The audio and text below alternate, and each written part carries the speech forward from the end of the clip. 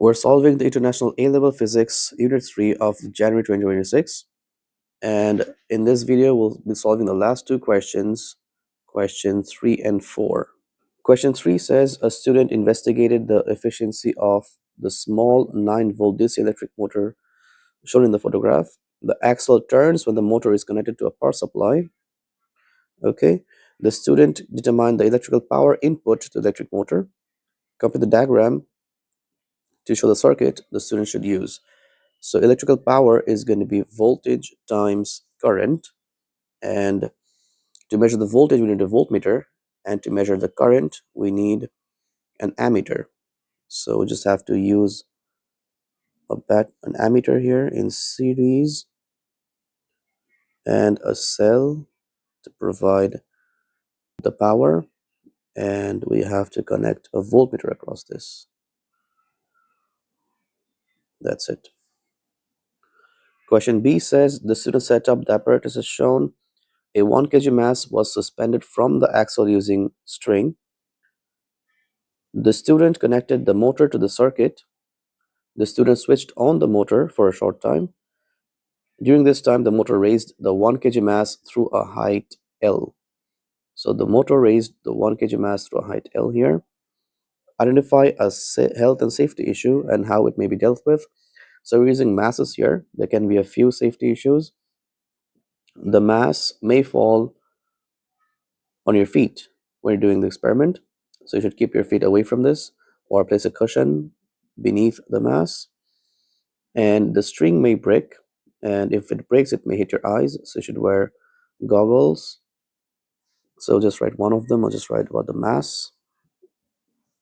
The mass may fall on the feet, and keep your feet away from beneath the mass or place cushions beneath the mass.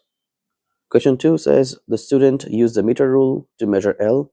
Describe an accurate method to determine a single value of L using a meter rule. So repeat and average is not appropriate here. We have to measure a single value and have to describe how we can do it accurately, and we can include additional apparatus, and there's 3 marks. So to measure L, we'll first use a meter rule, and to make sure that the meter rule is vertical, we have to use a set square, and we have to place the meter rule as close as possible to the mass. And we also take the reading of L using another set square to make sure that there's no parallax error here. That's it. So we say that place the meter rule as close as possible to the mass and use a set square to make it vertical, and also use another set square to take readings of L at eye level. And we do this to avoid parallax error. And we also ensure that the mass doesn't swing. We'll also include that. There's no swinging of the string. That's what I mean. Question C says the student switched off the motor and returned the 1 kg mass to the floor. The student then switched on the motor and immediately started a stopwatch. He stopped the stopwatch when the mass had moved through a height L. He recorded the time t on the stopwatch. He repeated this for different values of L. The student plotted a graph of L on the y-axis and t on the x-axis. The student stated that the efficiency of the motor can be determined from the graph using the formula efficiency equals gradient of the graph into mg divided by IV, where m is the mass, I is the current, and V is the potential difference across the motor. Explain whether the student's statement is correct. So the graph was I versus T. Okay, so the formula for efficiency is, so that's the formula for efficiency, useful output power divided by total input power. So the useful power output is going to be, the useful energy is the GP gained by the mass. So the useful power output is going to be GPE divided by the time.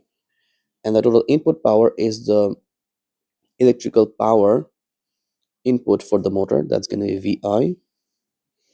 And so I'll just use a formula for GP. GP is mgh, h is L here, and divided by VIT. Okay, so now make L the subject because L is on the y-axis. So you can write efficiency into VIT divided by mg, that's our L. Now if we place L on the y-axis and place T on the x-axis, this entire thing is multiplied by T, so this becomes the gradient. So the gradient is equal to efficiency times VI by mg. Therefore, the efficiency is equal to gradient times mg by VI. And this is what the student said. Therefore, student is correct. Question D says the student used the distance sensor connected to a data logger to determine L and T.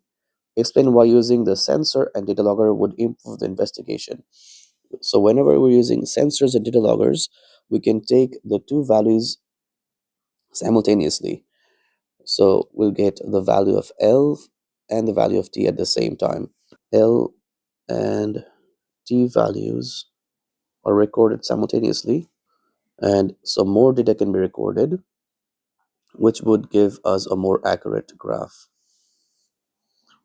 So more data can be recorded, the graph would be more accurate.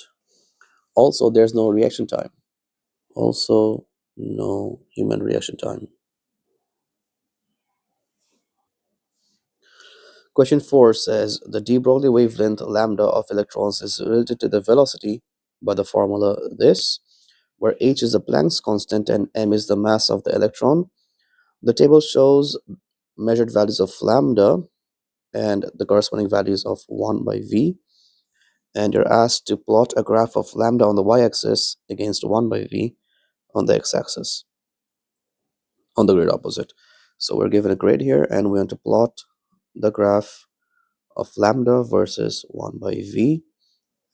So my plotted graph looks something like this, and we have lambda on the y-axis and 1 by v on the x-axis, and we have not started our values at 0, 0.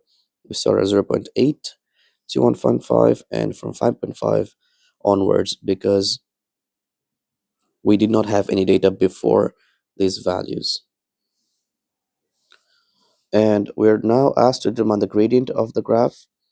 Okay, so the gradient of the graph is going to be, I'll draw a large triangle and then I'll use the height and the base to find the gradient, or we can use the formula y2 minus y1 by x2 minus x1. So I'll take 2 points of my choice. So I'll use this point, that's going to be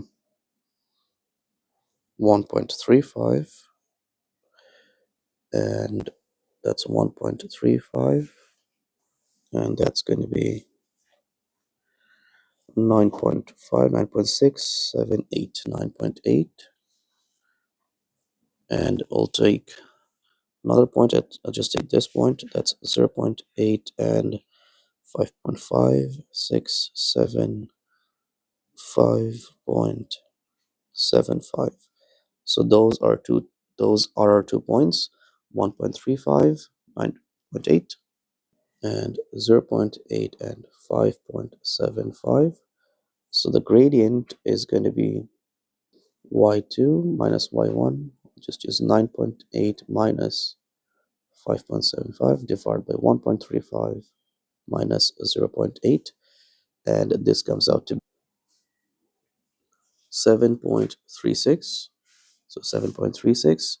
The unit is going to be, oh, I forgot about the powers. So we have to include the powers here.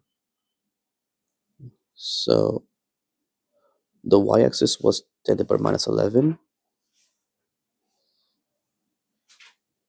and the x-axis was 10 to the power minus 7. And so now the gradient is going to be 7.36 into 10 to the power minus 4. So 7.36 into 10 to the power minus 4. The unit is going to be wavelength, and this was wavelength was meters, and that was meters per second. So you have meters divided by per meter second. So the unit is meter square per second. We have not drawn a triangle here. We should draw the triangle. Yeah, drawing a large triangle scores 1 mark. So don't forget to draw a triangle. Question C says determine the value of h from the gradient of the graph.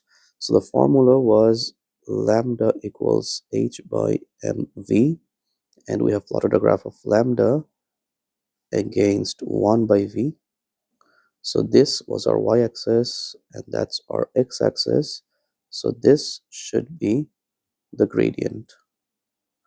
And we found the gradient to be 7.36. Just write it first. So h is going to be gradient times the mass. So the gradient was 7.36 into 10 to the power minus 4. And the mass of an electron 9.11 into 10 to the power minus 31 kg. And this comes out to be 6.70 into 10 to the power minus 34. That's our answer. Okay, question D says a student determined the value of h as 6.54 times 10 to the power minus 34 with an estimated uncertainty of 3%. Determine whether this value of h is consistent with the quoted value of h. So the actual value of h is 6.63 times 10 to the power minus 34. The student got 6.54. So what we can do is we can find the percentage difference and then compare with the percentage uncertainty. So the percentage difference is equal to the actual value should be at the denominator and the difference should be at the numerator. So 6.63 minus 6.54 into 100, and this value comes out to be 1.36%, and 1.36% is much less than the 3% uncertainty in his investigation. Therefore, the value is consistent. Okay, so that was the end of the paper. Hope this was helpful.